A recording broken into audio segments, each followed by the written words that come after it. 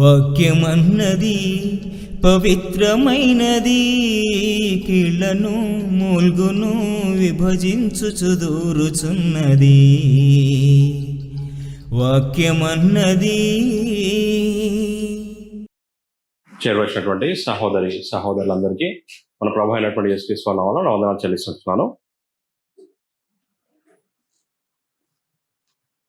అది ఒక అడగంట. ఆ అడవిలో మనందరికి తెలిసినట్టుగా జంతువులు ఉంటాయి. జంతువులు తమకు ఇష్టానుసారంగా ప్రవర్తించడం ప్రారంభించినప్పుడు ఆ జంతువులో ఉన్నటువంటి బలమైన జంతువు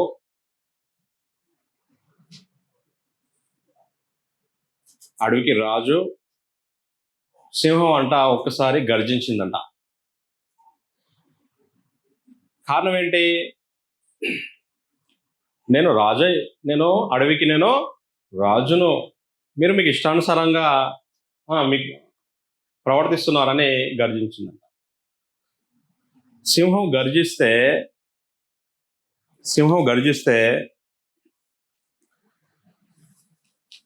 అంటారు 8 కిలోమీటర్ల వరకే అది వెళ్తుంది అన్నమాట. కారణం ఏంటి? సింహము గర్జించినప్పుడు దాని యొక్క వాయిస్, దాని యొక్క స్వరము ఎంత దూరం వెళ్తుంది? 8 కిలోమీటర్లు వెళ్తుందంట సైన్స్. కారణం ఏంటి? ఎందుకు గర్జిస్తుంది అంటే అది కమ్యూనికేట్ చేస్తుంది అనమాట.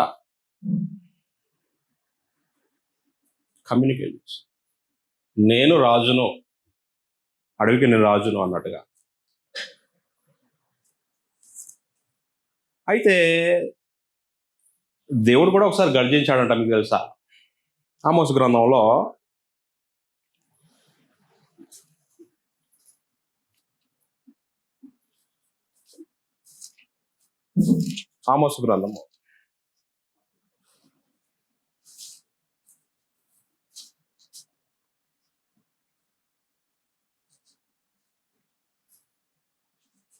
Page number 755.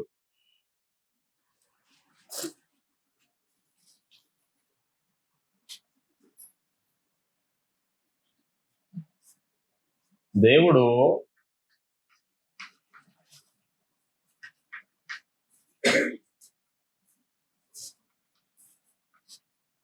గర్జించుచున్నాడు. ఎందుకు?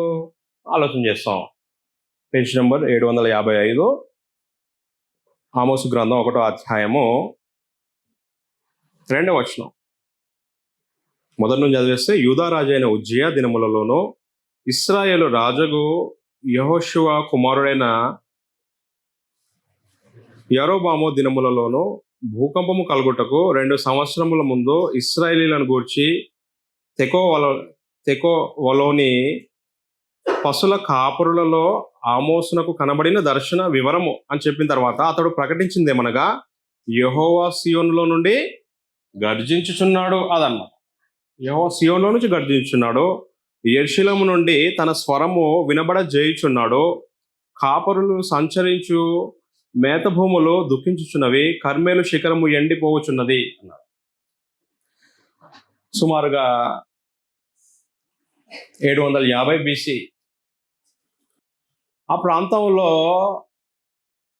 దేవుని యొక్క సందేశం పశుల కాపరుల్లో ఒకడైనటువంటి ఆమోసు. వాస్తవానికి ఆమోసు పశుల వ్యాపారం కలిగిన వాడని చెప్తారు. కనుక ఆమోసుకు వచ్చినటువంటి సందేశం ఏంటంటే, యెహోవా గర్జించుచున్నాడు. సింహం గర్జిస్తే సుమారు 8 కిలోమీటర్ల వరకు ఆ యొక్క వాయిస్ వెళ్తుంది. ఆ గర్జించడానికి కారణము ఉంటుంది. యెహోవా గర్జించుచున్నాడు. కనుక దేవుని ప్రజలైనటువంటి వారు నిబంధన సంబంధులు ఇష్టానుసారంగా ప్రవర్తిస్తున్నారు. ఒక అడవిలో ఒక కోతి తనకి ఇష్టం వచ్చినట్టు ప్రవర్తిస్తే, ఒక నక్క, ఒక కుక్క తమకి ఇష్టం వచ్చినట్టు ప్రవర్తిస్తే సింహం గర్జించిందంట, నేను ఇక్కడ రాజు. అలాగున దేవుడు కూడా తన ప్రజలైన వారు తమకు ఇష్టానుసారంగా ప్రవర్తించిన కారణాన ఆమోసుకు వచ్చినటువంటి సందేశం ఏంటంటే యెహోవా గర్జించుచున్నాడు. కారణం ఏంటి అని అంటే ఏం కోరుకుంటున్నాడు దేవుడు, ఎందుకు గర్జించాడు అని అంటే కారణం ఏంటి అని అంటే దేవుడు నీతి న్యాయములు ఎదురు చూస్తాడు. దేవుడు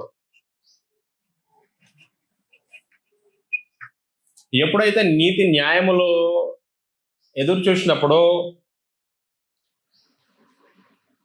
దేవునికి వారు నీతి న్యాయాలు కనపరచరో అప్పుడు దేవుని తీర్పు వస్తుంది.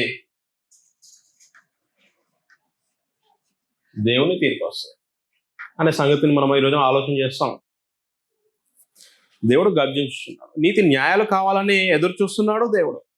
ఆమోసు గ్రంథం 5వ అధ్యాయము 24వ వచనంలో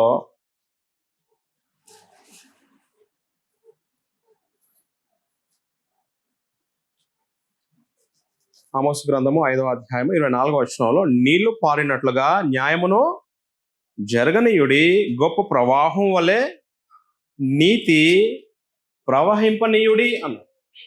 కనుక దేవుడు ఏం ఎదురు చూస్తున్నాడు తన ప్రజలైన వారి యుద్ధ నుండి అంటే నీతి న్యాయములను ఎదురు చూస్తున్నాడు. ఇప్పుడు కూడా మనము దేవుని ప్రజలమే. దేవుని రాజ్యంలో దేవుడు తన ప్రజలైన వారి యుద్ధ నుండి నీతి న్యాయాలు ఎదురు చూస్తాడు. నీతి న్యాయాలను ఎదురు చూసేవాడు దేవుడు. రోమపత్రిక 14వ అధ్యాయంలో దేవుని రాజ్యం ఏమై ఉంది అని అన్నప్పుడు రోమపత్రిక 14వ అధ్యాయము 17వ వచనంలో దేవుని రాజ్యం, పేజ్ నెంబర్ 143, రోమపత్రిక 14వ అధ్యాయము 17వ వచనంలో దేవుని రాజ్యము భోజనమును పానమును కాదు.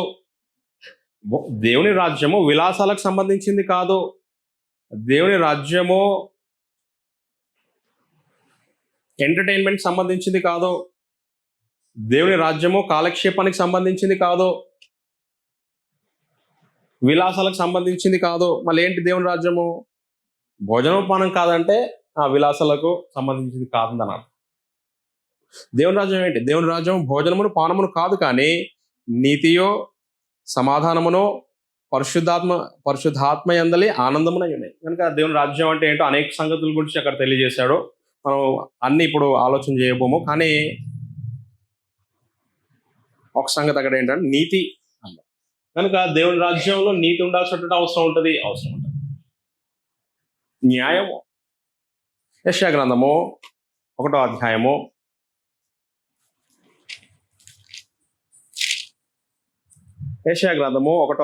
17వ వచనంలో దేవుడు న్యాయాన్ని ఎదురు చూసేవాడు అన్న. న్యాయాన్ని ఎదురు చూసే, పేజ్ నెంబర్ 568, యెషయా గ్రంథము 1వ అధ్యాయము 17వ వచనంలో కీడు చేయుట మానుడి, మేలు చేయ నేర్చుకొనుడి, న్యాయము జాగ్రత్తగా విచారించుడి, హింసింపబడు వానిని విడిపించుడి, తండ్రి లేని వానికి న్యాయము తీర్చుడి, విధవరాలి పక్షమున వాదించుడి.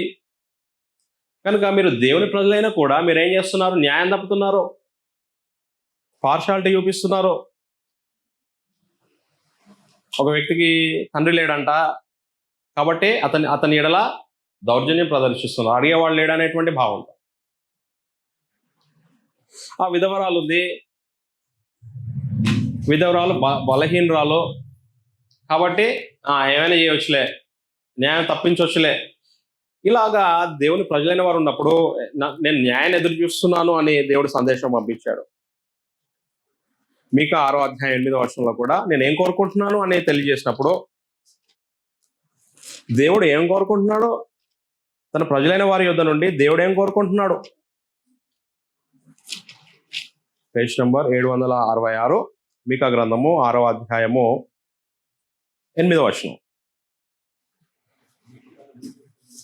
మనుష్యుడా ఏది, పేజ్ నెంబర్ 766, మీకా 6:8 చదువుతున్నాను. మనుష్యుడా ఏది ఉత్తమమో అది నీకు తెలియజేయబడి ఉన్నది, న్యాయముగా నడుచుకొనుటయు. కనుక దేవుడు ఎంత ఖచ్చితంగా న్యాయం గురించి ఆలోచన చేస్తున్నాడు అని అంటే ఆయన రాజ్యంలో దేవుడు నీతి న్యాయాలు ఎదురు చూస్తున్నాడు. దేవుడు గర్జించాడు. ఏంటి మీ ఇష్టమేనా?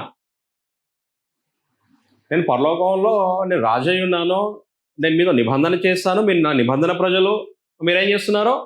ఇష్టానుసారంగా ప్రవర్తిస్తున్నారు. నీతి న్యాయాలు ఎదురు చూస్తున్నాను నేను. దేవుని గర్జన కారణం ఏంటంటే దేవుడు నీతిని న్యాయాన్ని ఎదురు చూస్తున్నాడు.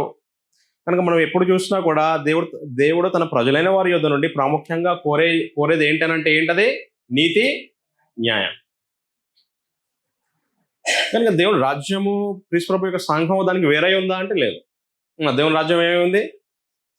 నీతియు సమాధానమును పరిశుద్ధాత్మ యందలి ఆనందం ఉంది. అంటే నీతి, దేవుని రాజ్యంలో నీతి, ఆయన రాజ్యంలో న్యాయం. కనుక దేవుని రాజ్యమైనటువంటి మనం, క్రీస్తు ప్రభు యొక్క సంఘమైనటువంటి మనలో నీతి న్యాయాలు ఉన్నాయా? నీతి న్యాయాలు ఉన్నాయి. కనుక దేవుడు వారి మధ్యలో లోపాలు చూసినప్పుడు కనీసం 8 లోపాలు మనకు కనిపిస్తాయి ఆమోస్ గ్రంథంలో. మనం అన్నీ ఇప్పుడు ఆలోచించబోమో 3 సంగతులు ప్రత్యేకించి ఆలోచన చేస్తాం. ఎందుకు నీతి న్యాయాలు ఎందుకు తప్పారు వాళ్ళు అని మనం ఆలోచించినప్పుడు, మొట్టమొదటిది నీతి న్యాయాలు తప్పడానికి నీతి న్యాయములు దేవుడు ఎదురు చూసినప్పుడు మొట్టమొదటి విషయం ఏంటి అంటే, వారు తప్పిపోయినటువంటి విషయం ఏంటి అంటే, వారు బీదలను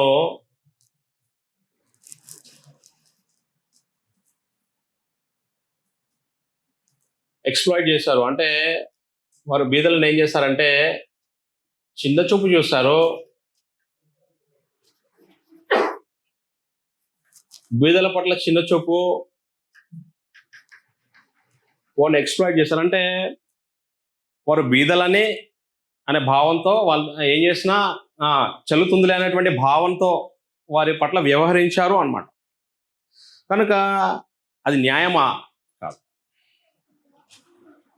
అది యెరొబోము 2 ఏలుబడి చేసే కాలం. ఆ కాలంలో ఏమైంది అంటే ఇశ్రాయేల్ దేశము సంపన్న దేశంగా మారింది అన్నమాట. అంటే ఆయా కాలంలో ఒక్కొక్క దేశం ఆధిపత్యం వహిస్తూ ఉంటుంది అనమాట. చరిత్రలో మనం చూసినప్పుడు ఇప్పుడు ఏ దేశం ఆధిపత్యం వహిస్తుంది ప్రపంచంలో? అమెరికా దేశం అంటారు, రష్యా అంటారు. ఆయా కొన్ని దేశాలు ఆధిపత్యం వహిస్తూ ఉంటాయి ఆయా కాలంలో. ఒక్కొక్క కాలంలో రోము, గ్రీస్ దేశం, మాదియా పారసిక దేశం, ఇలాగనే ఒక్కో దేశంలో ఒక్కొక్క కాలంలో ఒక్కొక్క దేశం ఆధిపత్యం వహిస్తూ ఉంటుంది, ఒక్కొక్క రాజు ఆధిపత్యం వహిస్తూ ఉంటాడు. కనుక ఆ కాలంలో యెరొబోము 2 ఏలుబడి చేసే కాలం అది. అప్పుడు అంత బాగుంది అనమాట. అంటే వారు ఏ కరువు ఇబ్బందులతో దాని గుండా వెళ్ళట్లేదు. కానీ ఏం జరిగింది అని అంటే ఇశ్రాయేలు ఏం చేస్తున్నారంటే కరప్ట్ అయిపోయారనమాట. బీదలను కనికరించట్లేదు. చదివేద్దాము. ఆమోస్ గ్రంథంలో ఈ సంగతులు ఉంటాయి. కనుక దేవుడు ఏం చేశాడంటే గర్జించాడు. ఏంటి? మీరు నా ప్రజలై ఉండి మీలో నీతి న్యాయాలు ఉండకపోతే నేను ఊరుకుంటానా అని లేవనెత్తాడు. వారు చేసినటువంటి తప్పిదం ఏంటో మనం చూసేస్తాం. ఆమోస్ గ్రంథం 2వ అధ్యాయం 6వ వచనంలో, ఆమోసు గ్రంథము 2వ అధ్యాయం 6వ వచనం,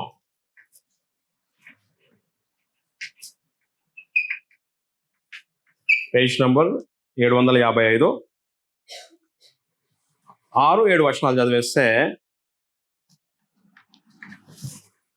యెహోవా సెలవిచ్చినదేమనగా, దేవుని యొక్క సందేశం, యెహోవా సెలవిచ్చినదేమనగా, ఇశ్రాయేలు 3 సార్లు 4 సార్లు చేసిన దోషమును బట్టి నేను తప్పకుండా దాన్ని శిక్షింతును. దేవుని యొక్క తీర్పు. ఏలైనగా ఏంటి వాళ్ళు చేసిన తప్పు? ఏలైనగా ద్రవ్యమునకై దాని జనులు నీతిమంతులను అమ్మివేయుదురు, పాదరక్షల కొరకై బీదవారిని అమ్మివేయుదురు, దరిద్రుల నోటిలో మన్ను వేయుటకు బహు ఆశపడుదురు, దీనుల త్రోవకు అడ్డము వచ్చెదరు, తండ్రియు కుమారుడును ఒకేదాని కూడి నా పరిశుద్ధ నామమును అవమానపరచుదురు అన్నాడు. అక్కడికి వద్దాం. కనుక మొట్టమొదటిగా ఏంటనంటే వీరు బీదల పట్ల అన్యాయంగా వ్యవహరిస్తున్నారు. కనుక అధికారం ఉందని నువ్వు ధనవంతుడు అయి ఉండొచ్చు, కానీ ధనం ఉందని బీదల పట్ల నువ్వు దౌర్జన్యం వహించావనుకో, కనుక ఎక్స్ప్లాయిట్ అంటే రైట్ వర్డ్, దౌర్జన్యం.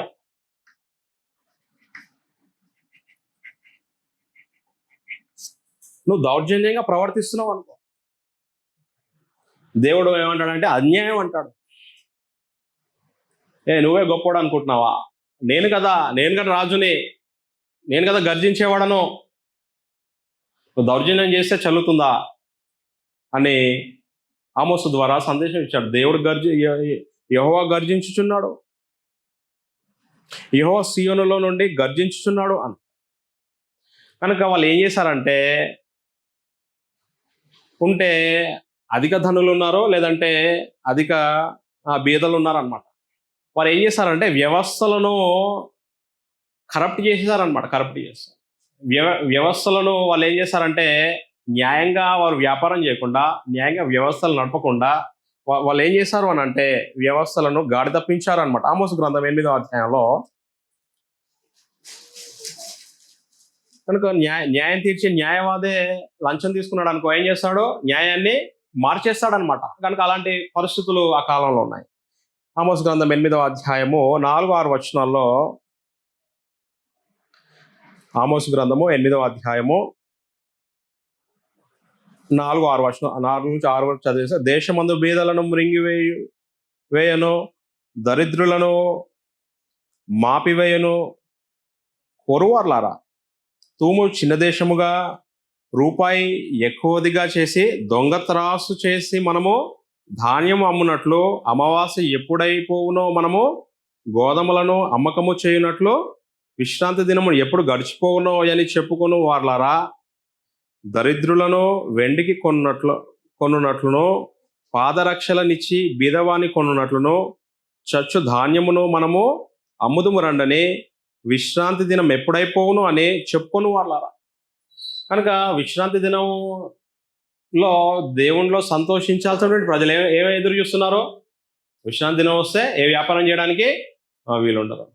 తొందరగా విశ్రాంతి దినం గడిచిపోతే మేమేం చేసుకోవచ్చు, వ్యాపారం చేసుకోవచ్చు. అది కూడా న్యాయంగానా కాదు, అన్యాయంగా. దేవుడు గర్జించాడంట. ఇలాంటి పరిస్థితులు ఇలా ఉన్నప్పుడు దేవుడు గర్జించాడు. కనుక దేవుడు ఏం ఎదురు చూస్తాడు అని అంటే న్యాయంగా ఎదురు చూస్తాడు. కనుక బీదలంటే వారు తిరగబడలేరని, ప్రశ్నించలేరనేటువంటి భావంతో దేవుని ప్రజలైనటువంటి ధనవంతులైనటువంటి ఇశ్రాయేలీలు ఏం చేస్తారంటే బీదల పట్ల దౌర్జన్యంగా వ్యవహరించారు. ఆమోసు గ్రంథం 5వ అధ్యాయము 11-12 వచనాల్లో వాళ్ళు ఏం చేస్తారంటే, ఆమోసు 5వ అధ్యాయము 11-12 వచనాల్లో, దోష నివృత్తికి రూకలు పుచ్చుకొని, అంటే ఏం చేస్తారు, లంచం తీసుకొని నీతిమంతులను బాధ పెట్టుచు. అదన్న ఎక్కడైనా నీతిమంతులను బాధ పెడతారా? అందులోనూ దేవుని ప్రజలైన వారు బాధ పెడతారా?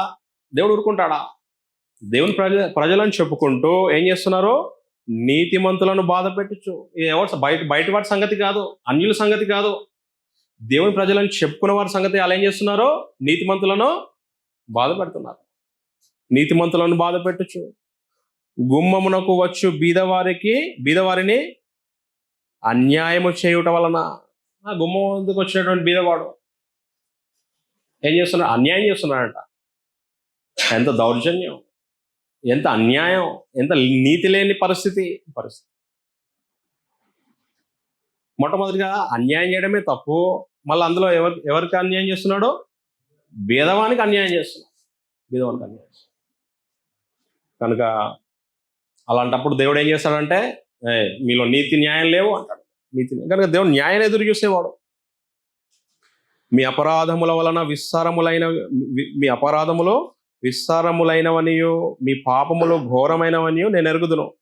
దరిద్రుల యొద్ద పంట మోపులను పుచ్చుకొనుచు మీరు వారిని అనగద్రొక్కుదురు గనక, మలుపు రాళ్లతో మీరు ఇండ్లు కట్టుకొనినను వాటిలో మీరు కాపురం ఉండరు అని చెప్పేశాడు. కనుక వగైరా సంగతులు తెలియజేశాడు. కనుక దేవుడు నీ యొక్క ఆర్థిక లావాదేవీలు నీ యొక్క ఉద్యోగం, నీ యొక్క వ్యాపారం నీతి న్యాయాలతో కూడినై ఉండాలి. నీ యొక్క ఆర్థిక వ్యవహారాలు నీతి న్యాయంతో కూడినై ఉండాలి. నీకు నీకు అధికారం ఉందని బీదవారి మీద నువ్వు దౌర్జన్యం ప్రదర్శించావు అనుకో, దేవుడు ఊరుకోడు. ఆయన రాజ్యంలో నువ్వు ఆయన రాజ్యమై ఉండగా నీ యొక్క ఆర్థిక వ్యవహారాలు న్యాయంగా ఉండాలి. దౌర్జన్యం చేయొద్దు. తర్వాత నిబంధనలో కూడా మనం ఈ సూత్రాన్ని చూస్తాం. యాకోబు రాసినటువంటి పత్రికలో గనక దౌర్జన్యం చేస్తే దేవుడు అన్యాయం అంటాడు. యాకోబు రాసినటువంటి పత్రిక 4వ అధ్యాయము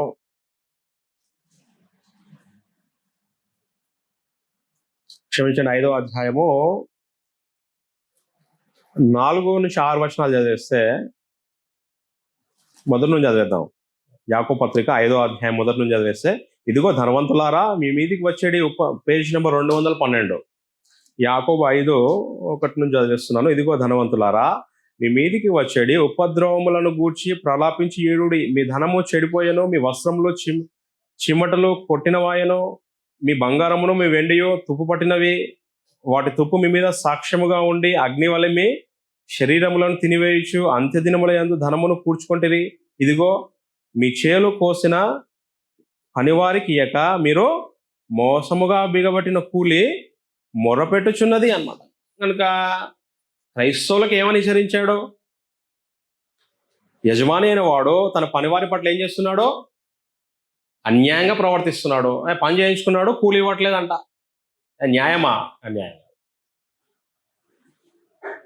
మీ కోత వారి కేకలు సైన్యములకు అధిపతి ప్రభువు యొక్క చెవులలో చొచ్చి ఉన్నవి. మీరు భూమి మీద సుఖముగా జీవించి భోగాసక్తులై వదదినమందు మీ హృదయములను పోషించుకొంటిరి. మీరు నీతిమంతులైన వానికి శిక్ష విధించి చంపుదురు. అతడు మిమ్మును ఎదిరింపడు. కారణం ఏంటి? బలహీనుడు, నిన్ను ఎదిరించే శక్తి లేదు. దేవుని మీద మొరపెట్టుకుంటున్నాడంట. దేవుని మీద మొరపెట్టుకుంటే దేవుడు ఉగ్రుడు అవుతాడు అనమాట. కనుక ఆయన రాజ్యంలో ఉంటున్నటువంటి మనము ఎలా ఉండాలి? నీతి న్యాయాలు కలిగి ఉండాలి. నీకు బలమే ఉండొచ్చు, నీకు అధికారమే ఉండొచ్చు, నువ్వు ధనవంతుడు అయి ఉండొచ్చు, నీకు పలుకుబడే ఉండొచ్చు. నువ్వేం చేయొద్దు?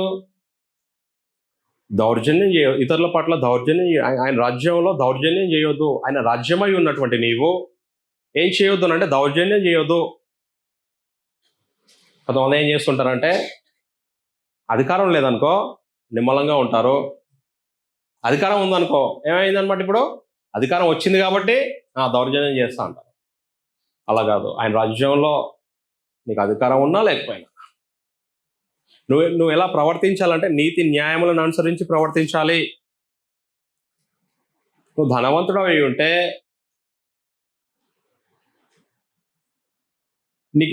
నువ్వు యజమాని కూడా అయి ఉంటే నీ దాసుల పట్ల, నీ పనివారి పట్ల నువ్వు న్యాయంగా ప్రవర్తించాలి. నీ ఆర్థిక సంబంధమైన లావాదేవీలు న్యాయంగా ఉండాలి.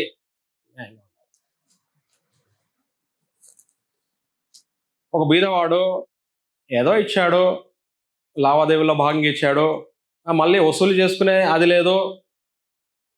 వసూలు చేసుకోవడానికి వెళ్తే అతడు ఎదిరించాడంట. అతనుకున్నటువంటి అధికారాన్ని బట్టి ఇతడు ఏం చేస్తాడు? ఎదిరించాడు, మామూలుగా ఉండిపోతాడు. చెప్పేశాడు, ఉదాహరణ చెప్పేశాడు. ఒక కూలివాడు ఏం చేశాడంట, కూలి చేశాడు. నా కూలి అయ్యా అని అతని దగ్గరికి వెళ్ళాడంట. అతను ఏం చేశాడు? ఇయ్యలేదంట. ఎదిరిస్తాడా ఇతడు? ఎదిరించలేడు. కారణం ఏంటి? బలం లేదు, బలహీనుడు. యజమానమైనటువంటి నీవు దౌర్జన్యం చేయవచ్చా? ఇది కేవలం ఆర్థిక సంబంధమైన లావాదేవీలకు మాత్రమే దాంతో ఆపేది కాదు అన్నమాట. నువ్వు ఏ స్థాయిలో ఉన్నా, లేదా నువ్వు ఏ రోల్లో ఉన్నా, అంటే నువ్వు భర్తవై ఉండి భార్యపై దౌర్జన్యం చేయవచ్చా? భార్య ఎదిరించలేదని భర్త భార్యపై దౌర్జన్యం చేయవచ్చా? భార్య భర్తపై దౌర్జన్యం చేయవచ్చా? అదే. కనుక ఏ సంబంధ బాంధవ్యంలోనైనా అంతరంగంలో ఎప్పుడైతే నీతి న్యాయాలు కలిగి ఉంటామో మనం ఏం చేయము అనమాట? దౌర్జన్యం చేయము అనమాట. దౌర్జన్యం చేయం. ఒక దేశానికి ఎక్కువ అధికారం ఉందనుకో, అధికారం లేని దేశంపై దౌర్జన్యం చేసి దేవుడు ఊరుకుంటాడా? ఊరుకోడు. నీతి న్యాయాలు అనేవి దేవుడు ఎదురు చూస్తాడు కనుక వదిలిపెట్టేస్తున్నా. కనుక మొట్టమొదటి సంగతి ఏంటంటే నీతి న్యాయాల్లో దేవుని ప్రజలైన వారు ఎలాగుండాలనంటే వారి యొక్క ఆర్థిక సంబంధమైనటువంటి లావాదేవీలు కరెక్ట్గా న్యాయంగా ఉండాలి. ధనవంతుడు బీదవాని మీద దౌర్జన్యం చేయవద్దు. అది ఆర్థిక సంబంధమైన లావాదేవీలకు మాత్రం పరిమితం కాకుండా మరి సంబంధ బాంధవ్యంలోనైనా, అది ఉద్యోగంలోనైనా, కుటుంబంలోనైనా, సంఘంలోనైనా, సమాజంలోనైనా నువ్వేం చేయొద్దు, నీకు బలం ఉంటే ఆ బల ప్రదర్శన చేయొద్దు. ఆ బల ప్రదర్శన చేసి అన్యాయంగా ప్రవర్తించొద్దు, అన్యాయంగా బల ప్రదర్శన చేయొద్దు. కనుక అలాగున్న ఇశ్రాయేలీలు ప్రవర్తించిన కారణాన దేవుడు చెప్పేశాడనమాట. దేవుడు నేరారోపణ చేశాడు వారి మీద. మనం అలా ఉండొద్దు, మనం కూడా దేవుని రాజ్యమై ఉన్నాము, మనం కూడా అలాగ ఉండొద్దు అనమాట. రెండో సంగతి ఏంటి అంటే లైంగిక అపవిత్రత కలిగిన వారు అనమాట. కారణం ఏంటి అంటే వారు సంపన్నంగా ఉన్నారు, సంపన్న దేశంగా మారిపోయారు. ఎప్పుడైతే ఒక వ్యక్తికి ధనం అధికంగా వస్తుందో నేను ఎలా విలాసంగా బ్రతకాలనో ఆలోచన చేస్తాను. లేనివాడు ఏం చేస్తాడు, నేను ఎలా పూట గడవాలని ఆలోచన చేస్తాను. కనుక ధనం ఉండట్లో ఒక డేంజర్ ఏంటనంటే పాపంలో పడే అవకాశాలు ఎక్కువ ఉంటాయి. మనం న్యూస్లో చూస్తూ ఉంటాం అనమాట. కానీ ధనవంతులు అనేకమైన చెప్పుకోలేని కార్యక్రమాలు లోకంలో జరుగుతున్నాయి. ఒక ఐలాండ్ కొనుక్కొని మనుషులు ఇష్టానుసారంగా ప్రవర్తించినవి అనేక న్యూస్లో వింటున్నాం. ఏమైంది, ధనం ఎక్కువైపోయి శోధనలో పడిపోయి శోధన జయించకుండా ఉండే పరిస్థితులు. కనుక అప్పుడు కూడా యెరొబోము 2 ఏలుబడి చేసే కాలంలో కూడా వాళ్ళు సంపన్న దేశంగా ఉన్నారు. ఇంపోర్ట్ ఎక్స్పోర్ట్ అనే వారు లావాదేవీలు, వాళ్ళ వ్యాపారం వృద్ధి చెందుతూ ఉంది. కనుక వాళ్ళు ఏం చేశారనంటే లైంగిక అపవిత్రతకు పాల్పడ్డారు అన్నమాట. కనుక రెండో సంగతి ఏంటనంటే దేవుడు వారి మీద మోపిన నేరం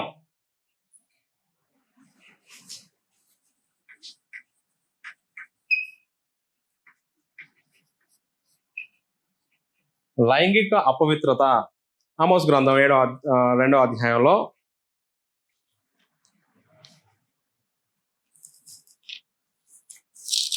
పేజ్ నెంబర్ 755 7వ వచనం చివరిలో ఏమన్నాడంటే తండ్రియు కుమారుడును ఒకదాన్నే కూడి నా పరిశుద్ధ నామమును అవమానపరచుదురు. కనుక అన్యుల్లో కూడా జరగనటువంటి సంగతి. కనుక ఎంత లైంగిక అపవిత్రత అంటే వారు హద్దులు దాటి ప్రవర్తించారు అనమాట. కనుక ఇది వ్యభిచారం కంటే ఘోరమైన తప్పిదంగా దేవుడు ఎంచాడు. కారణం ఏంటనంటే ఏమన్నా తన పరిశుద్ధ నామమును అవమానపరిచారంట. పరిశుద్ధ నామను అవమానపరిచారు. కనుక ఎవరైనా దేవుని ప్రజలైన వారు లైంగిక అపవిత్రతకు పాల్పడితే దేవుని యొక్క పరిశుద్ధమైన నామాన్ని అపవిత్రపరుస్తారు అన్నమాట. హెబ్రీ పత్రికలో ఏమన్నాడంటే క్రీస్తు ప్రభు యొక్క రక్తాన్ని అపవిత్రమైనదిగా ఎంచుతారు అన్నాడు. బుద్ధిపూర్వకంగా పాపం చేసేవాడు క్రీస్తు ప్రభు యొక్క రక్తాన్ని అపవిత్రమైనదిగా ఎంచుతారు. హెబ్రీ పత్రిక 10వ అధ్యాయంలో కనుక దేవుడు ఆజ్ఞించిన తర్వాత నీ యొక్క లైంగిక సంబంధ బాంధవ్యాలు పరిశుద్ధంగా ఉండాలని చెప్పిన తర్వాత నువ్వు తప్పు చేసావనుకో, బుద్ధిపూర్వకంగా పాపం చేసావనుకో, ఏమన్నాడు దాన్ని, ఆయన పరిశుద్ధ నామాన్ని అపవిత్రపరిచారంట వాళ్ళైతే. హెబ్రీ గ్రంథకర్త ఏమన్నాడంటే చదివేద్దాం. హెబ్రీ పత్రిక 10వ అధ్యాయము 29వ వచనంలో 26వ వచనంలో బుద్ధిపూర్వకంగా పాపం చేస్తే అని మాట్లాడిన తర్వాత 29వ వచనంలో ఇట్లుండగా దేవుని కుమారుని పాదములతో త్రొక్కి తాను పరిశుద్ధపరచబడుటకు సాధనమైన నిబంధన రక్తమును అపవిత్రమైనదిగా ఎంచి అన్నాడు. కృపకు మూలమగు ఆత్మను తిరస్కరించిన వాడు బుద్ధిపూర్వకంగా పాపం చేయడం. కనుక దేవుడు ధర్మశాస్త్రం ఇచ్చిన తర్వాత దేవుడు క్రొత్త నిబంధన వారికి ధర్మశాస్త్రాన్ని ఇచ్చాడు, మనకు క్రొత్త నిబంధనలు ఇచ్చాడు. ఇచ్చిన తర్వాత నీ లైంగిక సంబంధ బాంధవ్యాలు పవిత్రంగా ఉండాలని దేవుడు చెప్పిన తర్వాత నువ్వు పాపం చేసావనుకో,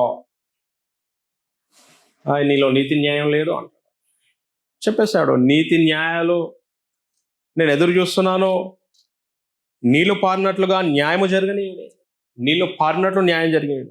గొప్ప ప్రవాహం వల్లే నీతి ప్రవహింపనీయుడి అన్న ప్రవాహం. కనుక ఆయన రాజ్యంలో ఉండే మనుషులంగా, క్రీస్తు సంఘంలో ఉండే మనుషులుగా మన దేహం అపవిత్రపరచబడొద్దు అన్నమాట. అపవిత్రపడదు. 1 కొరింథీ 6వ అధ్యాయంలో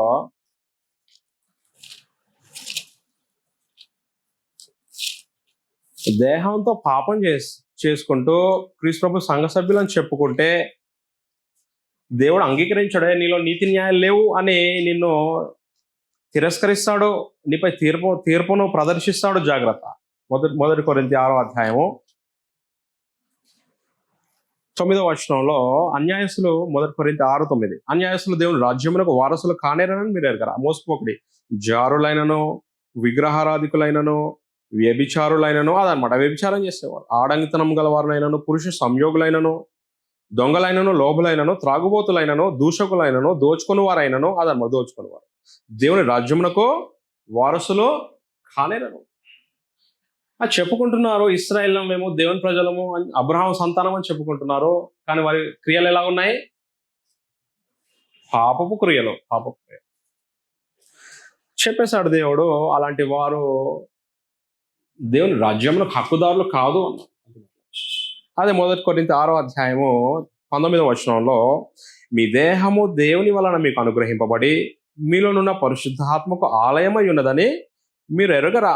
మీరు మీ సొత్తు కారు, విలువ పెట్టి కొనబడిన వారు గనుక మీ దేహంతో దేవుని మహిమపరచుడి. మనందరికీ దేహాలు అనుగ్రహింపబడ్డాయి. ఆ దేహాలతో దేవుని మహిమపరుస్తున్నామా, పాపానికి కేంద్రంగా ఉంచామా? ఆలోచన చేసుకోవాల్సిన అవసరం ఉంది.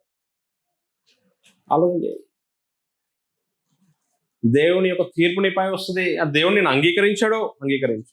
వారు చేసినటువంటి తప్పు ఏంటంటే లైంగిక అపవిత్రత ఉంటే దేవుడు అంగీకరించాడు. చరిత్రలో అనేక మార్లు మనం చూసాం. సొదొమ గొమొర్రా ఆ యొక్క ప్రాంతంలో, ఆ కాలంలో సైతం చూసాం. అబ్రహాం కాలంలో, లోతు కాలంలో ఏం చేశాడు? మనుషులు కామవాంఛలు కలిగి పురుషులు సైతం కూడడానికి వచ్చినప్పుడు దేవుడు ఏం చేస్తాడు? వారి మీద ఉగ్రత కనపరిచాడు. దేవుని యొక్క తీర్పు వస్తుంది.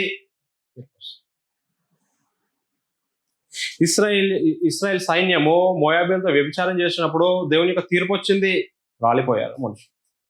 కనుక ఆమోసు ప్రవక్తగా ఉన్న కాలంలో సైతము దేవుడు ఏం చేశాడనమాట? ఎత్తి చెప్పాడు, మీరు లైంగిక అపవిత్రత ఉంది. కనుక లైంగిక అపవిత్రతను దేవుడు అంగీకరించువాడు కాదు. అది నీతి న్యాయాలు కాదు. లైంగిక అపవిత్రత ఉంటే నీతి న్యాయాలు కలిగిన వారు కాదు అన్నాడు. 1 దశలోనిక 4వ అధ్యాయంలో. కనుక దేహం పవిత్రంగా ఉండాల్సినటువంటి అవసరం ఉంది. మొదటి దశలోనిక 4వ అధ్యాయము 4వ వచనం నుండి 3 నుంచి చదివేస్తే పేజ్ నెంబర్ 186.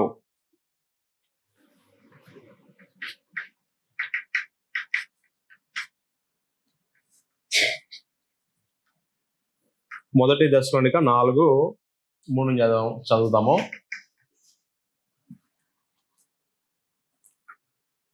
మీరు పరిశుద్ధులగుటయే అనగా మీరు జారత్వమునకు దూరముగా ఉండుటయే దేవుని చిత్తం. అదనమాట. కనుక జారత్వానికి దూరంగా ఉండడమే దేవుని చిత్తం. దేహంతో అపవిత్రమైన కార్యక్రమాలు చేయొద్దు, పాపం చేయొద్దు అన్నాడు. 4వ వచనం, మీలో ప్రతివాడు దేవుని ఎరగని అన్యజనుల వల్లే.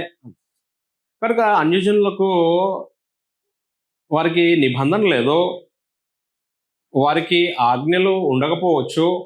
కాబట్టి వారికి నచ్చితే మంచిగా ఉంటారు, లేదంటే వారి ఇష్టానుసారంగా ఉంటారు. కనుక చెప్పేశాడు, అదే చెప్పాడనమాట.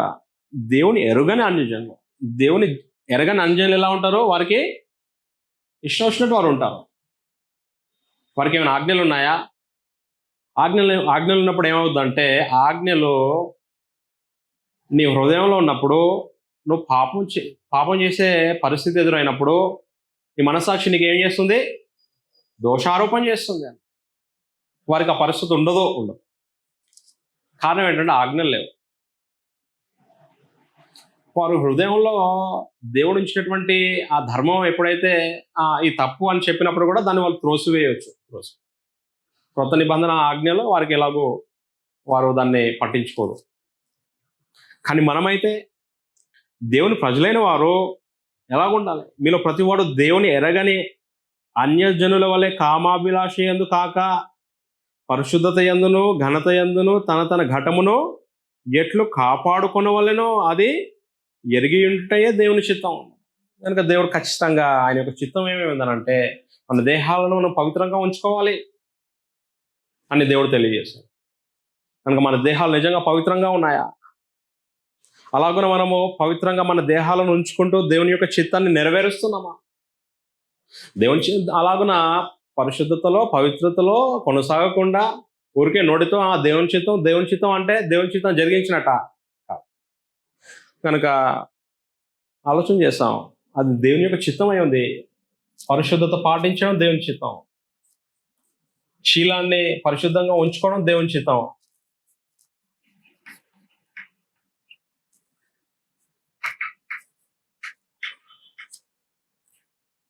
తెలియజేశాడు. కనుక ఇలా మనం ఉండకపోతే నీలో నీతి న్యాయాలు లేవు అనేస్తాడు, తృణీకరించేస్తాడు. మూడో సంగతి ఆలోచన విడిచిపెట్టేస్తున్నాం. మూడో సంగతి ఏంటనంటే దేవుని ప్రజలైన వారి జీవితం ఎలా ఉన్నప్పుడు, ఎలా ఉంది వాళ్ళ జీవితం? ఒకటి, నీతి న్యాయాలు లేవు అంటే వాళ్ళు ఏం చేస్తున్నారు? బీదల పట్ల దౌర్జన్యంగా ప్రవర్తిస్తున్నారు. ఆ న్యాయం లేదు, దేహంలో నీతి లేదు. నీతి న్యాయం లేకుండా వాళ్ళు ఏం చేస్తున్నారు? మత సంబంధమైన కార్యక్రమాలు జరిగిస్తున్నారు. అంగీకరిస్తాడా దేవుడు? అంగీకరించు. నీతి న్యాయం లేకుండా వారు దేవుని ఆరాధించినా దేవుడు అంగీకరించడు. మనము కూడా మన యొక్క ప్రవర్తనలో న్యాయం లేకుండా, మన శీలంలో నీతి లేకుండా మనం ఉంటే దేవుడు సైతం మన యొక్క భక్తిని అంగీకరించడు, మన ఆరాధనను అంగీకరించడు. చదివేద్దాము. అదే ఆమోస్ గ్రంథంలో వారు ఇలాగుంటూ వాళ్ళు ఏం చేస్తున్నారంటే కార్యక్రమాలు జరిగిస్తున్నారు. ఆమోస్ గ్రంథం 4వ అధ్యాయము 4-5 వచనాల్లో చూస్తే,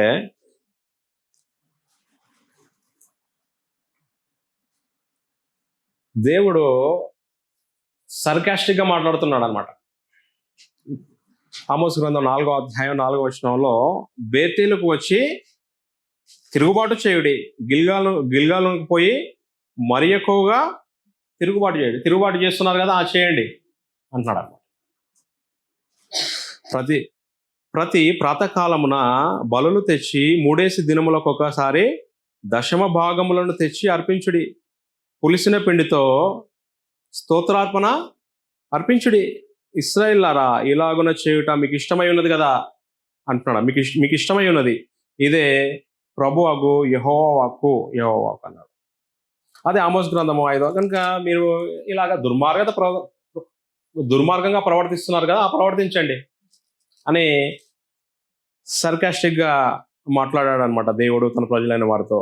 తర్వాత ఆమోస్ గ్రంథం 5వ అధ్యాయంలో, 21వ వచనం నుండి, కనుక దేవుడు ఇశ్రాయేలుకి ఏమి చెప్పాడనమాట? పండుగలు చేయమన్నాడు. ఇది కాంటెక్స్ట్ అనమాట. ఇంతవరకు ఆలోచించిందంట కాంటెక్స్ట్. దాని తర్వాత మామూలుగా చాలాసార్లు ఏం చేస్తారు, అందరూ ఇక్కడికి వెళ్ళేసి మాట్లాడడం ప్రారంభిస్తారు. వాస్తవానికి జరిగింది ఏంటంటే, వారిలో నీతి న్యాయాలు లేవు, వారి ప్రవర్తనలో న్యాయం లేదు, వారి శీలంలో నీతి లేదు. ఇవి లేకుండా వాళ్ళు ఏం చేస్తున్నారు? పండుగలు చేస్తామంటున్నారు. చదివేద్దాం. ఆమోస్ గ్రంథం 5వ అధ్యాయంలో 21వ వచనం నుండి. ఆమోసు 5:21. మీ పండుగ దినములను నేను అసహించుకొనిచున్నాను, వాటిని నీచముగా ఎంచుచున్నాను. కనుక నీతి న్యాయాలు లేకుండా దేవుణ్ణి సేవించలేము.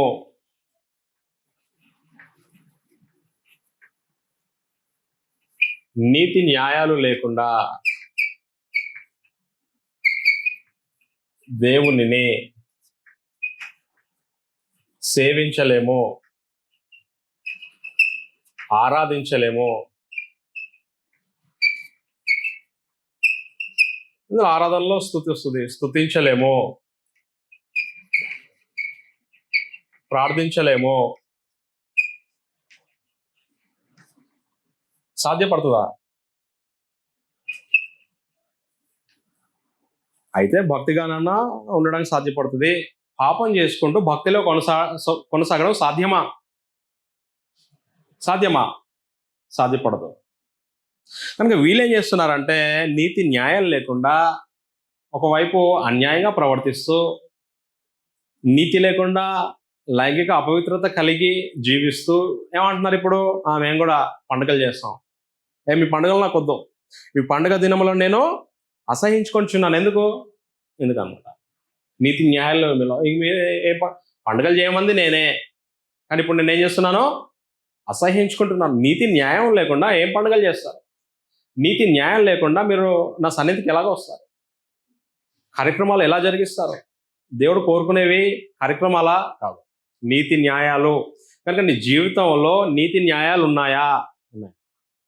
ఆ నీతి న్యాయాలు ఉన్న తర్వాత నువ్వు దేవుని సేవ గురించి మాట్లాడు, దేవుని పరిచర్య గురించి మాట్లాడు, దేవుని ఆరాధించు, స్తుతించు, ఇబ్బంది లేదు. నీతి న్యాయం లేకుండా నేను కూడా కార్యక్రమాలు చేస్తాను అంటే దేవుడు ఒప్పుకోడు. చదివేద్దాం. మీ పండుగ దినములను నేను అసహించుకొనిచున్నాను, వాటిని నీచముగా ఎంచుచున్నాను. మీ వ్రత దినములలో కలుగు వాసన నేను ఆగ్రహింపనొల్లను. నాకు దహన బలులను నైవేద్యములను మాన్పించినను నేను వాటిని, నాకు దహన బలులను నైవేద్యములను మీరు అర్పించినను నేను వాటిని అంగీకరింపను. సమాధాన బలులుగా మీరు అర్పించు క్రొవ్విన పశువులను నేను చూడను. మీ పాటల ధ్వని నా యొద్ద నుండి తొలగనీయుడి. మీ స్వరమండలముల నాదము వినుట నాకు మనసు లేదు అని చెప్పిన తర్వాత, నీళ్లు పారినట్లు నేను ఇవి కాదు నేను ఎదురు చూసేది, నీళ్లు పారినట్లు న్యాయమును జరగనీయుడి. గొప్ప ప్రవాహం వల్లే నీతిని ప్రవహింపనీయుడి ఇశ్రాయేలారా అని చెప్పేశాడు అనమాట. వగైరా సంగతుల గురించి మాట్లాడాడు. కనుక దేవుడు ఏం కోరుకుంటున్నాడో తెలియకుండా, నీతి న్యాయాలు లేకుండా మత సంబంధమైన కార్యక్రమాలు జరిగిస్తే దేవుడు అంగీకరించడు. ఇంకా వాళ్ళు ఏం చేశారంట? 6వ అధ్యాయం 5వ వచనంలో 3వ వచనం చదివేస్తే ఆమోసు 6:3 నుంచి చదువుతున్నాను. ఉపద్రవ దినమున బహుదూరమున నున్నదనుకుని అన్యాయపు తీర్పు తీర్చుటకై మీ మధ్య మీరు పీఠములను స్థాపించరు. ఎందుకంటే పీఠాలు స్థాపించేది అన్యాయంగా తీర్పు తీర్చడానికంట. ఇలాగండి ఏం చేస్తున్నారు వీళ్ళు? దంతపు మంచముల మీద పరుండుదురు, పాన్పుల మీద తమ్మును చాచుకొనుచు, మందలో శ్రేష్టమైన గొర్రెపిల్లలను, సాలలోని క్రొవ్విన దూడలను వధించి భోజనం చేయుదురు. అంటే విలాసాలు అనమాట. ఇటు నీతి న్యాయాలు లేవు. ఏముంది మళ్ళీ వారిలో?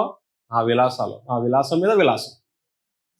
అంత మాత్రమే కాకుండా 5వ వచనంలో వాళ్ళు ఏం చేస్తున్నారంటే వారి దేవుని స్తుతించడం కూడా ఆ విలాసంలో లేదంటే ఆ ఎంటర్టైన్మెంట్లో భాగంగా అన్నట్టుగా వాళ్ళు ప్రదర్శిస్తున్నారు. 5వ వచనం చదివేస్తే ఇప్పుడు వీళ్ళకి ఏమొచ్చింది? స్వరమండలములతో కలిసి మీరు ఏం చేస్తున్నారు? పిచ్చి పాటలు పాడుచు దావీదు వలనే వాయించు వాద్యములను కల్పించుకుందరు. దావీదు భక్తితో ఆ వాయిద్యాలను వాయించాడా? అన్యాయంగా నీతి న్యాయాలు లేకుండా చేశాడా? నీతి న్యాయాలు లేకుండా చేయలే కదా దావీదు. కానీ వీళ్ళు ఏం చేస్తారు? నీతి న్యాయాలు లేకుండా దుర్మార్గత కలిగి పాపంగా ఉండి ఇప్పుడు ఏం చేస్తున్నారు అనమాట? దావీదు చేసినటువంటి వాద్యాల పిచ్చి పాటలు పాడుతూ దావీదు చేసినటువంటి వాయిద్యాలను వాయిస్తూ వచ్చారు. కనుక దేవుడు దాన్ని అసహించుకున్నాడు. దాన్ని నేరంగా ఎత్తి చూపాడు. స్వరమండలములతో కలిసి పిచ్చి పాటలు పాడొచ్చు, దావీదు వలె వాయించు వాయిద్యములను కల్పించుకుందరు, పాత్రలలో ద్రాక్షరసం పోసి పానము చేయించు, పరిమళ తైలము పూసుకొనుచుందురు గాని యోసేపు సంతతి వారికి కలిగిన ఉపద్రవమును గురించి చింతపడరు, కనుక తీర్పు మీదకి వస్తుంది అని తెలియజేస్తాడు తర్వాత.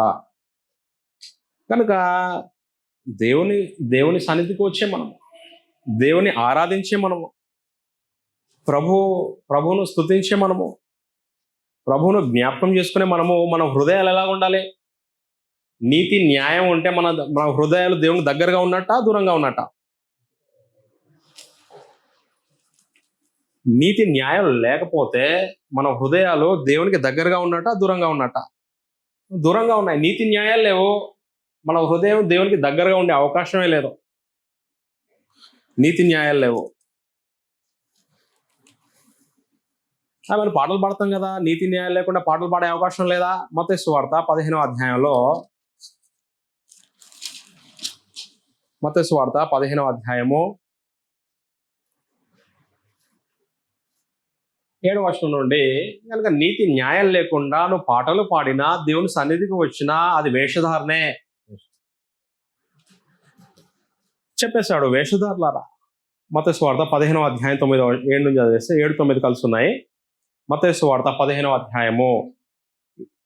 వేషధారులారా, ఈ ప్రజలు తమ పెదవులతో నన్ను ఘనపరుచుదురు కానీ వారి హృదయం నాకు దూరంగా ఉన్నది.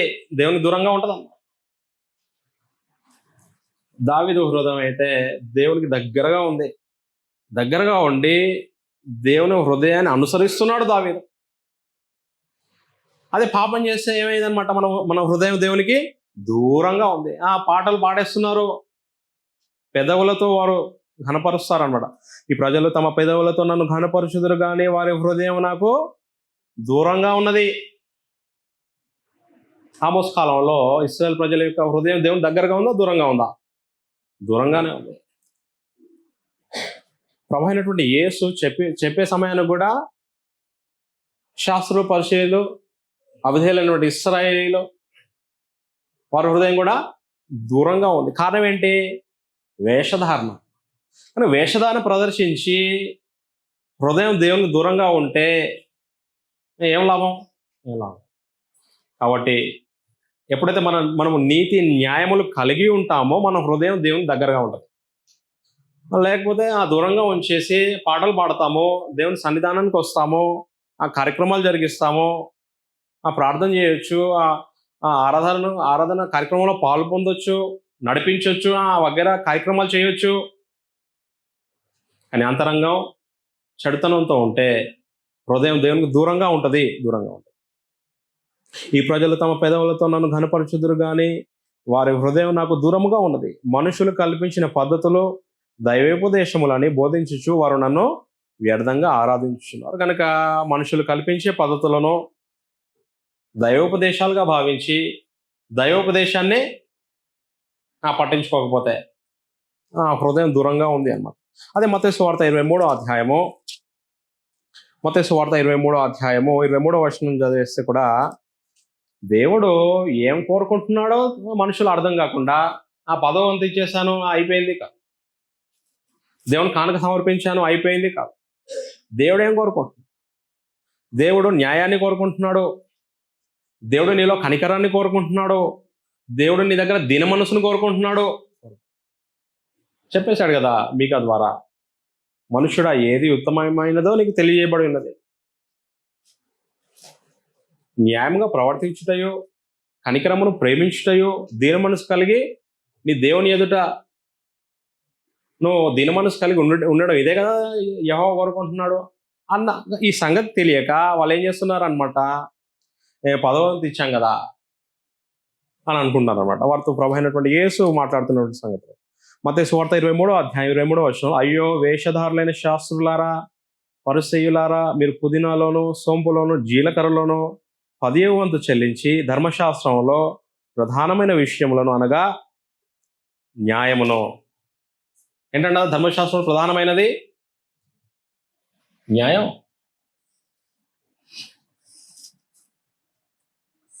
మరొకటి నీతి. క్రొత్త నిబంధనలో కూడా నీతి న్యాయాలు దేవుడు ఎదురు చూస్తాడు. కనుక ప్రభు అయినటువంటి యేసు క్రొత్త నిబంధన సంబంధంలో సంఘం స్థాపింపబడిన తర్వాత మనుషులు ఎలా జీవించాలో తెలిపినటువంటి సంగతులే సువార్తలో ఉంటాయి. ప్రభు అయినటువంటి యేసు సందేశాల్లో ఉంటాయి. ప్రభు అయినటువంటి యేసు క్రైస్తవులు ఎలా జీవించాలో చెప్పడానికి ఆయన ఇచ్చినటువంటి సందేశాలు దేవుని యొద్ద నుంచి ప్రభు అయినటువంటి యేసు దేవుని దగ్గర విన్న సంగతులు, ఆ మాట్లాడినటువంటి సంగతులు. కనుక న్యాయమును, కనికరమును, విశ్వాసమును విడిచిపెట్టితిరి, వాటిని మానక వీటిని చేయవలసి ఉండెను. కనుక న్యాయం, కనికరం, విశ్వాసం ఇవి దేవుడు ఎదురు చూస్తున్నాడు అన్నమాట. కనుక వారు ఏమయ్యారు? వేషధారులు అయ్యారు అన్నమాట.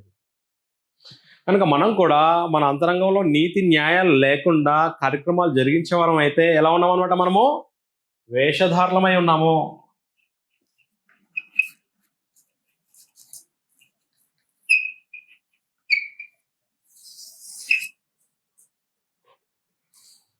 నిజంగా మనము ఏదైనా ఒక్క సంగతిని గురించి మనము జాగ్రత్త పడితే, దేని గురించి జాగ్రత్త పడాలి తెలుసా?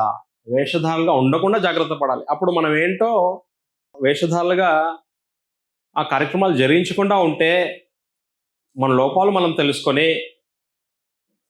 న్యాయంగా ప్రవర్తించడానికి అవకాశం ఉంటుంది.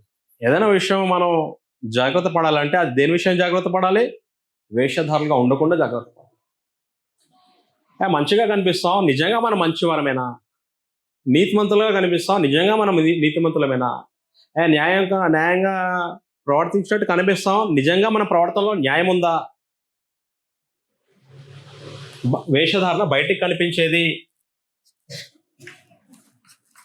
అంతరంగంలో నీకు నిజంగా నీ ప్రవర్తనలో న్యాయం ఉందా, నీ ప్రవర్తనలో నీతి ఉందా అని తెలుసుకొని మసలాల్సినటువంటి అవసరం ఉంటుంది. కనుక దేవుడు గర్జించాడు. అప్పుడు గర్జించిన దేవుడు ఇప్పుడు గర్జించాడా? తన ప్రజలైన వారి యొద్ద నీతి న్యాయాలు కనబడకపోతే దేవుడు గర్జించాడా? నాకు నీతి కావాలి, నా రాజ్యంలో మనుషుల యొద్ద నుండి నాకు నీతి కావాలి, న్యాయం కావాలి అని ఎదురు చూస్తాడు. ఏంటి? ప్రత్యేకించి 3 సంగతులు ఆలోచన చేస్తాం. ఒకటి ఏంటనంటే, వాళ్ళు ఏం చేస్తారు? బేదలను చిన్నచూపు చూశారు, వారి పట్ల దౌర్జన్యంగా ప్రవర్తించారు. 2, వారు లైంగిక అపవిత్రత కలిగిన వారై ఉన్నారు. 3, నీతి న్యాయాలు లేకుండా వాళ్ళు ఏం చేస్తున్నారు? మత సంబంధమైన కార్యక్రమాలు జరిగిస్తున్నారు. కనుక ప్రత్యేకించి మనలో కూడా నీతి న్యాయాలు ఉన్నాయా లేదా అని మనం ఆలోచించినప్పుడు మనం ఏం చేయాలి? దౌర్జన్యంగా ప్రవర్తించొద్దు. 2 సంగతి, లైంగిక అపవిత్రత కలిగి ఉండొద్దు. 3, నీతి న్యాయాలు లేకుండా దేవుని మత సంబంధమైన కార్యక్రమాలు, దేవుని సంబంధమైన కార్యక్రమాలు జరిగించొద్దు. జరిగిస్తే కేవలం వేషధారణ ప్రదర్శించినట్టు. కనుక ఇలాగ నీతి న్యాయాలు దేవుడు ఎదురు చూస్తాడు. అవి లేకపోతే దేవుని యొక్క తీర్పు వస్తుంది. ఆది నుంచి దేవుని యొక్క తీర్పులో బయలుపరచబడుతూనే ఉన్నాయి. మొట్టమొదటి ఎప్పుడు బయలుపరచబడింది దేవుని తీర్పు? ఏదోని తోటలోనే. ఆదాం తప్పు చేస్తే దేవుని తీర్పు వచ్చేసి, నోవా కాలంలో మనుషులు పాపం విస్తరించి వారి మధ్యలో పాపం పండితే ఏమొచ్చింది? జల ప్రళయం వచ్చింది, దేవుని తీర్పు. కనుక దేవుని తీర్పులు వస్తూనే ఉన్నాయన్నమాట. ఇశ్రాయేల్ తప్పు చేస్తే దేవుని తీర్పు వచ్చింది, చెరకు పంపించాడు. దానికంటే ముందు అదే ఆమోస్ గ్రంథం 4వ అధ్యాయంలో 6-11 వచనాల్లో ఏముంటుందంటే, వారికి అతివృష్టి అనావృష్టి కలిగించాడనమాట. మీరు మారుమనసు పొందండి అని. కనుక అలాగున మార్పు చెందకపోతే దేవుని యొక్క తీర్పులు అనేవి వస్తూనే ఉన్నాయి. అపొస్తలుల కార్యం 5వ అధ్యాయంలో కూడా సంఘం ప్రారంభింపబడిన తర్వాత వారు వేషధారణ ప్రదర్శిస్తే ఏం లేదు, అంతరంగంలో నీతి న్యాయం లేదు. కానీ వాళ్ళు ఏం చేస్తారు? బయటికి మేము పొలం అమ్మి ఇంతకే తెచ్చాం అన్నట్టుగా ప్రదర్శిస్తే ఏమొచ్చింది? దేవుని యొక్క తీర్పు వచ్చింది. కనుక వేషధారణ ప్రదర్శిస్తే దేవుని యొక్క తీర్పు వస్తుందని గుర్తెరిగి దేవుడు నీతి న్యాయాలను కోరుకుంటున్నాడని తెలుసుకున్న వారమై మనం ఏం చేయాలి అంటే, ఎల్లప్పుడూ మన యొక్క జీవితంలో నీతి న్యాయాల్లో కలిగి జీవించాల్సిన అవసరం. ప్రాముఖ్యంగా నీతి న్యాయాల్లో ఆమోస్ గ్రంథంలో మనం నేర్చుకోవచ్చు అనమాట. దౌర్జన్యం చేయొద్దు, అపవిత్రంగా ఉండొద్దు, వేషధారణ ప్రదర్శించి ఆ అంతరంగంలో పాపం ఉంచుకొని పైకి భక్తిగా నటిస్తూ ఆ కార్యక్రమాలు, మత సంబంధమైన కార్యక్రమాలు, రాజ్య సంబంధమైన కార్యక్రమాలు చేస్తే అది వేషధారణ అన్నారు. కనుక వేషధారణ ఉండొద్దు అనమాట. వేషధారణ ఉండొద్దు. మూడో సంగతి కనుక అలాగున మన జీవితాలు ఎలాగున్నాయో పరీక్షించుకోవాల్సిన అవసరం ఉంది. ఎక్కడ మార్పు చెందాలో అక్కడ మార్పు చెందుతూ, మార్పు చెందకపోతే దేవుని యొక్క తీర్పు ఉంది. కనుక ఈ భూమి మీద ఉన్నప్పుడే భూమి మీద ఉన్నప్పుడు కూడా దేవుని యొక్క తీర్పులు ఉంటాయి. నీకు తెలుసా?